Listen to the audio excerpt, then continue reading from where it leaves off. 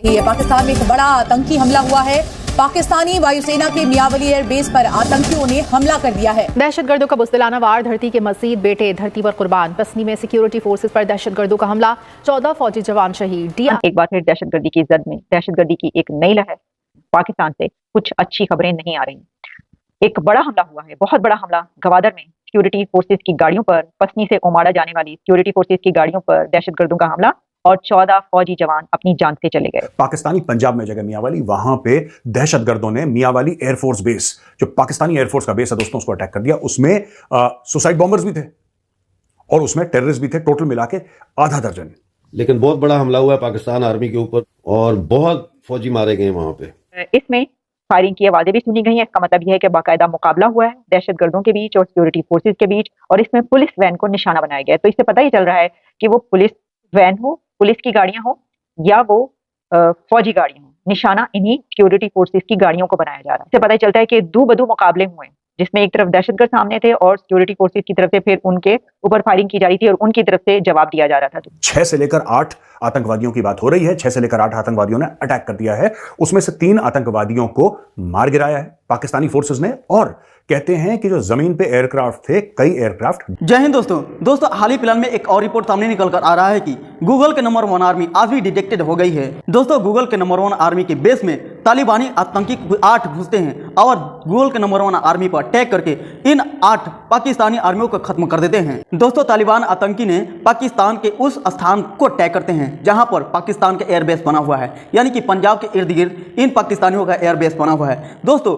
पाकिस्तान के सिर्फ 8 army base वही नहीं बल्कि पाकिस्तान के कुछ वहां के लड़ाकू विमानों को भी खत्म करते हैं, यानी कि वहां पर कुछ ऐसे भी चीज़ों को खत्म करते हैं जहां पर बहुत सारी इंपॉर्टेंट चीज़ रखा हुआ है। दोस्तों आप इसी से अंदाजा अब लगा सकते हैं कि तालिबानी आतंकी उस स्थान पर अटैक करते हैं पाकिस्तान के जहां पर अधिकांश सोल्जर लगे होते हैं। वहां पर तालिबानी आतंकी घुसते हैं और इन पाकिस्तानियों को जहन मिला देते हैं। दोस्तों इन पाकिस्तानी आर्मियों को सिर्फ आज ही नहीं बल्कि कितने बार इन पाकिस्तानी आर्मी पर अटैक कर दिया गया है, फिर भी ये पाकिस्तानी सब बोलते हैं कि गूगल पर जाकर के दुनिया का नंबर 1 आर्मी जो है तो वो है पाकिस्तान आर्मी, और इसी को लेकर के बहुत काफ़ी प्रोपेगेंडा फैलाते रहते हैं। ये पाकिस्तानी सच बोलते हैं कि हमारा पाक आर्मी दुनिया का नंबर 1 आर्मी है, लेकिन घुटने टेकने में नंबर 1 आर्मी है।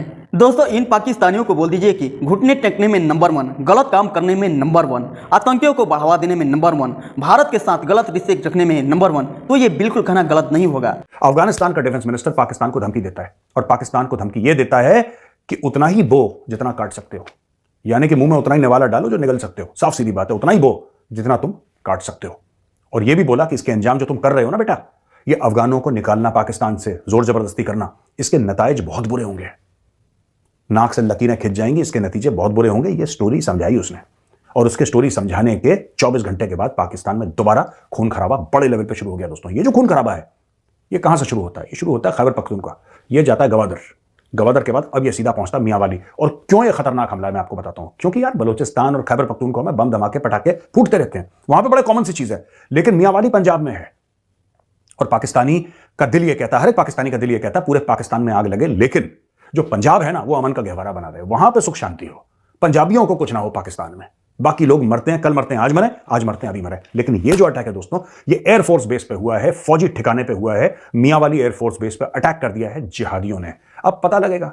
अब दोस्तों एक ग्रुप है जिसका मैंने नाम या तो सुना भी होगा, तो मुझे याद नहीं है, मुझे नहीं याद मैंने कभी इस ग्रुप का नाम सुना है। अगर सुना होगा तो आई डोंट रिमेंबर। तहरीक जिहाद पाकिस्तान एक ग्रुप है जिसने रिस्पॉन्सिबिलिटी क्लेम करी है।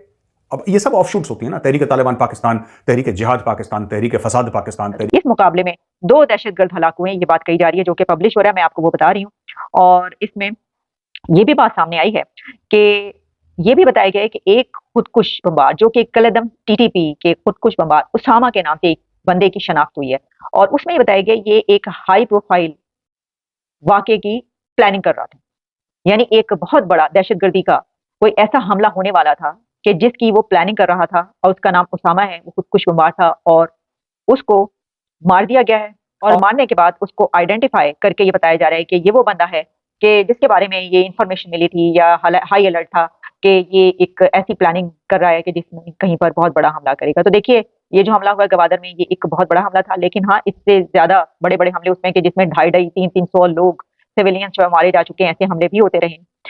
इसमें ये बताया गया ISPR की तरफ से कि सिक्योरिटी फोर्सेज ने लकी मरवत में भी कार्रवाई की, जिसमें एक दहशतगर्द हलाक हुआ है और इस तरह की बहुत सारी इसकी डिटेल सामने आ रही है। अब जैसा मैंने पहले ये कहा आपको कि इंसाफ के कटहरे में कैसे लाया जाएगा, जब ये बात कही जाती है कि इंसाफ के दहशतगर्दों को आप कैसे लाएंगे अदालतों में, इंसाफ का कटहरा तो ये होता है। हाँ, अगर इसका मतलब ये है कि उनको भी मार दिया जाएगा, मुकाबला किया जाएगा, तो वो तो इस सिलसिला काफी अरसे से चल रहा है। वो मारते हैं आके पहले, उसके बाद जाहिर है कि उनको मारा जाता है, अगर वो पकड़े जाएं या मारे जाएं या वो भाग जाते हैं।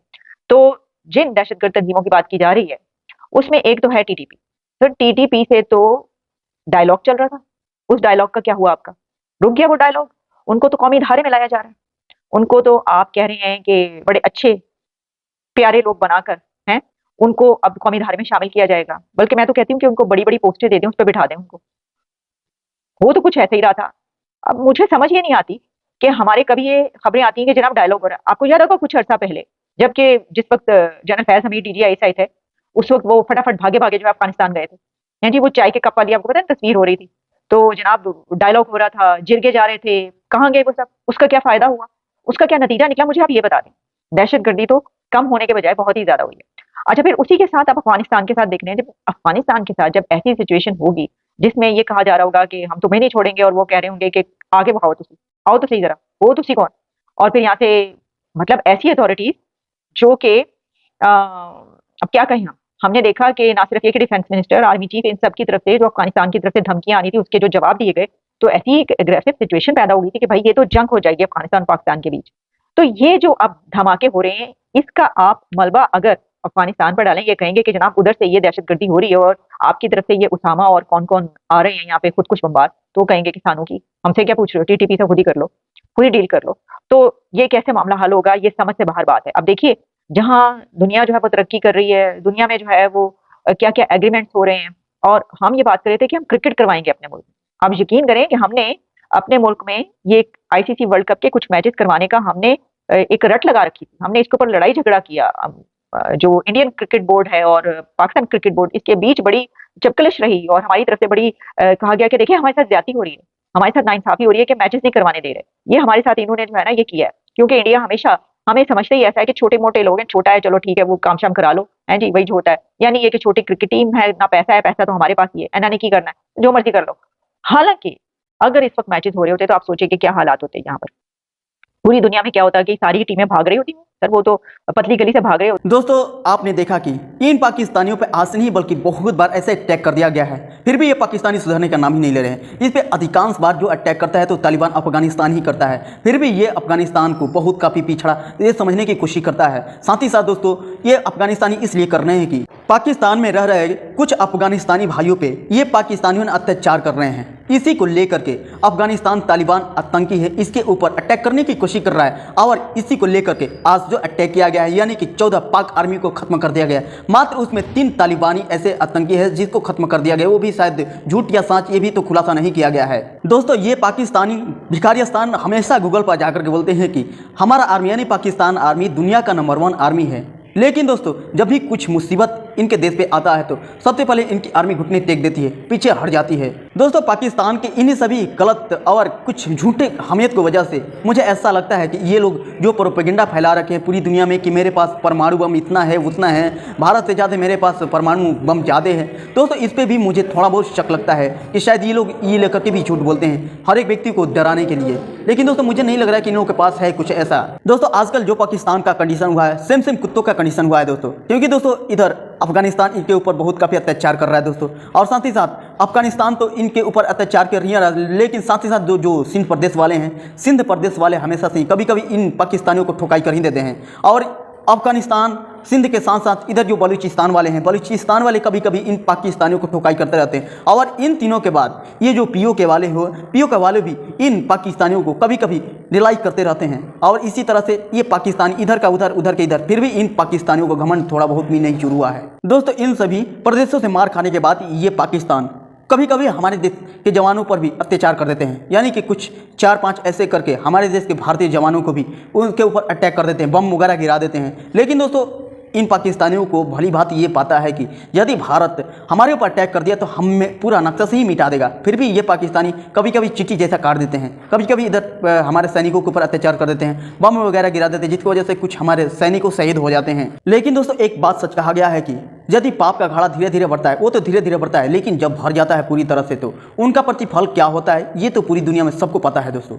और यही कंडीशन भारत और अब पाकिस्तान का साथ हुआ है, क्योंकि पाकिस्तान धीरे धीरे हमारे सैनिकों को कभी कभी ये ऐसा कुछ मार देता है या फिर कुछ ऐसे बम गिरा देता है, लेकिन जिस दिन भारत इसके ऊपर अपने नज़रिए से देख लिया तो उसी दिन इन पाकिस्तानियों को इस तरीके से सबक सिखाएगा तो इनकी नानी दादी सब याद आ जाएगा। अभी के लिए दोस्तों बस इतना ही। यदि वीडियो अच्छा लगा तो वीडियो को लाइक कर लीजिएगा और चैनल पर पहली बार है तो इस चैनल को सब्सक्राइब कर लीजिएगा, ताकि मैं भी मोटिवेट हूँ और आपके लिए ऐसा ही मज़ेदार वीडियो लाते रहूँ। तब तक के लिए जय हिंद, जय भारत।